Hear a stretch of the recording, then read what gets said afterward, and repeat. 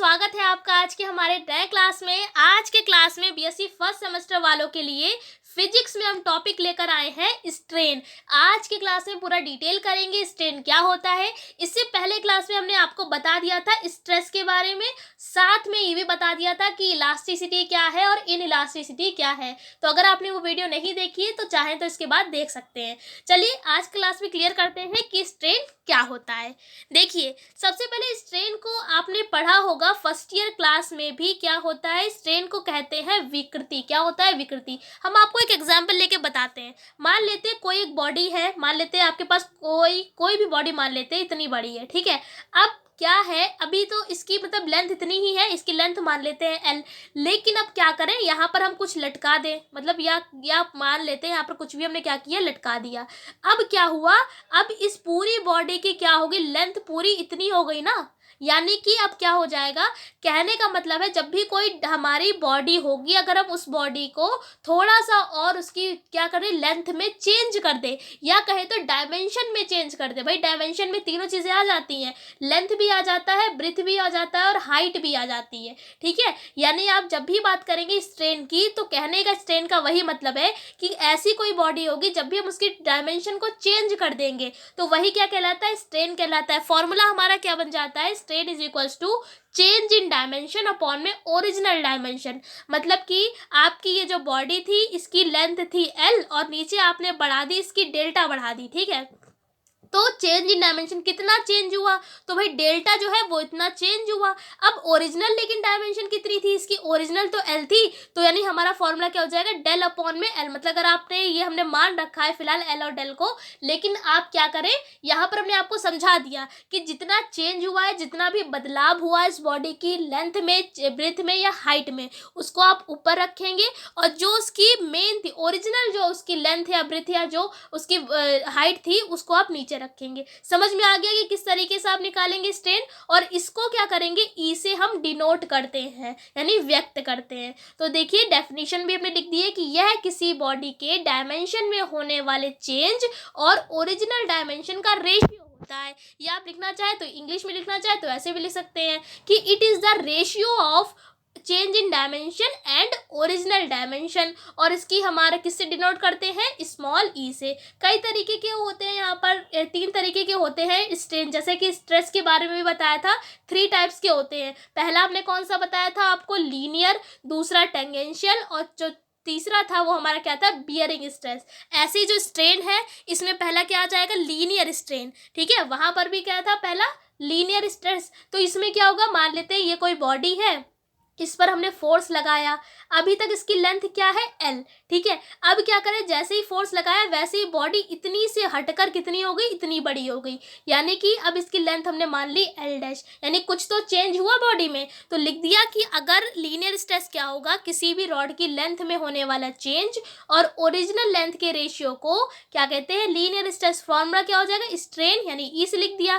Change क्या हुआ, आप चेंज को इस तरीके से भी लिख सकते हैं, डेल्टा एल। और डेल्टा एल का मतलब क्या होता है, एल डैश माइनस एल। यानी कहने का मतलब है ज़्यादा वाले में से कम वाला घटा दीजिए, वही क्या हो जाएगा, आपकी डेल्टा का मान निकल आएगा। और अपॉन में ओरिजिनल हमारी क्या थी, मतलब जो हमारी पहले जो लेंथ थी वो कितनी है, एल। यानी फॉर्मूला क्या बन गया, E is equals to delta L upon में एल। अब हम बात करेंगे दूसरा जो टाइप है इसका, दूसरा है टेंजेंशियल। वहाँ पर भी क्या था, टेंजेंशियल स्ट्रेस। यहाँ पर टेंजेंशियल स्ट्रेन भी आप कह सकते हैं और शियर स्ट्रेन भी कह सकते हैं, ठीक है। दोनों ही नाम एक ही है। शेयर स्ट्रेन क्या होता है, ये देखिए कोई एक क्यूब बना हुआ है, इसकी लेंथ क्या है, अभी ओरिजिनल लेंथ क्या है, एल। तो आप ओरिजिनल लेंथ को क्या रखेंगे, हमेशा नीचे रखेंगे। चेंज कितना हुआ, इसको भाई बढ़ा के थोड़ा एक्स, हमने इसकी जो लेंथ है वो बढ़ा दी, तो जो चेंज हुआ कितना हुआ, एक्स हुआ। और शेयर स्ट्रेन को किससे हम डिनोट करते हैं, फाई से। तो फॉर्मूला क्या हो जाएगा, phi is equals to X upon में। अब थर्ड जो है वो होता है हमारा वॉल्यूमेट्रिक स्ट्रेन। कौन सा होता है, वॉल्यूमेट्रिक स्ट्रेन। अभी हम आपको बताएंगे, लेकिन इससे पहले हम पढ़ लेते हैं हुक्स लॉ क्या होता है। ये भाई काफ़ी इंपॉर्टेंट भी है, पूछा भी जाता है हुक्स लॉ क्या है। तो आप याद रखिए क्या होता है, stress directly proportional to strain. Stress को किससे लिखते हैं, स्मॉल एफ से, और स्ट्रेन को किससे लिखते हैं, स्मॉल ई से। जब दोनों एक दूसरे के बराबर होंगे, दोनों एक दूसरे के डायरेक्टली प्रोपोर्शनल होंगे, मतलब समानुपाती होंगे, तो भाई यही क्या है, हुक्स लॉ है। तो आप इसकी डेफिनेशन कैसे बनाएंगे भाई, बस इतना याद रखिए।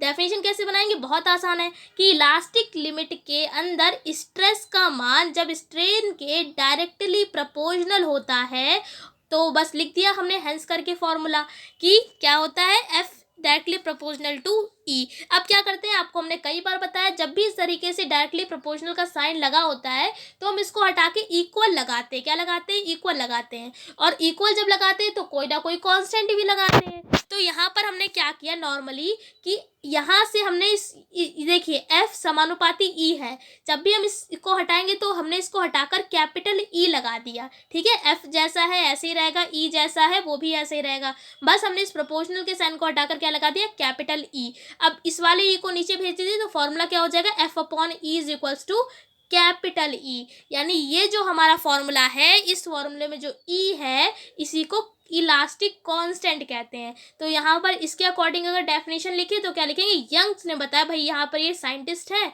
स्ट्रेन और स्ट्रेस का जो रेशियो होता है, स्ट्रेस और स्ट्रेन का जो रेशियो होता है, और उसी रेशियो को हम क्या कहते हैं, इलास्टिक कांस्टेंट कहते हैं। ठीक है, तो आप याद रखिए कि F upon E is equals to capital E होता है, जहाँ पर जो कैपिटल ई है वो क्या है, इलास्टिक कांस्टेंट।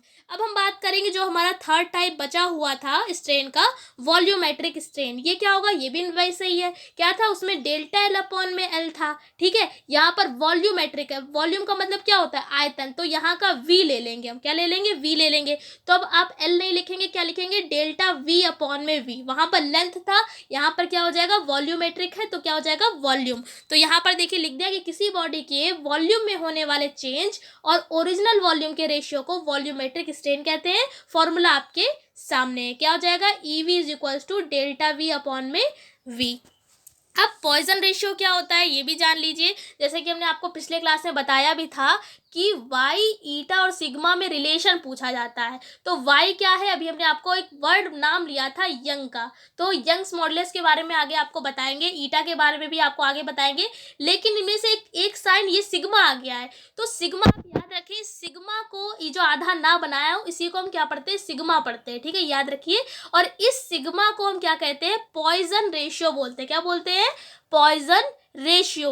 और पॉइजन रेशियो का बस आपको फॉर्मूला ही याद रखना है, क्या होता है, लैटरल स्ट्रेन अपॉन में लीनियर स्ट्रेन। बच्चे क्या भूलते हैं कि कहाँ पर लैटरल होगा, कहाँ पर लीनियर होगा, तो याद रखिए ऊपर लैटरल और नीचे लीनियर होता है। फॉर्मूला के अकॉर्डिंग डेफिनेशन भी बना लेंगे कि it is the ratio of lateral strain and linear strain, it's called क्या होगा हमारा, सिग्मा, यानी कि पॉइजन रेशियो।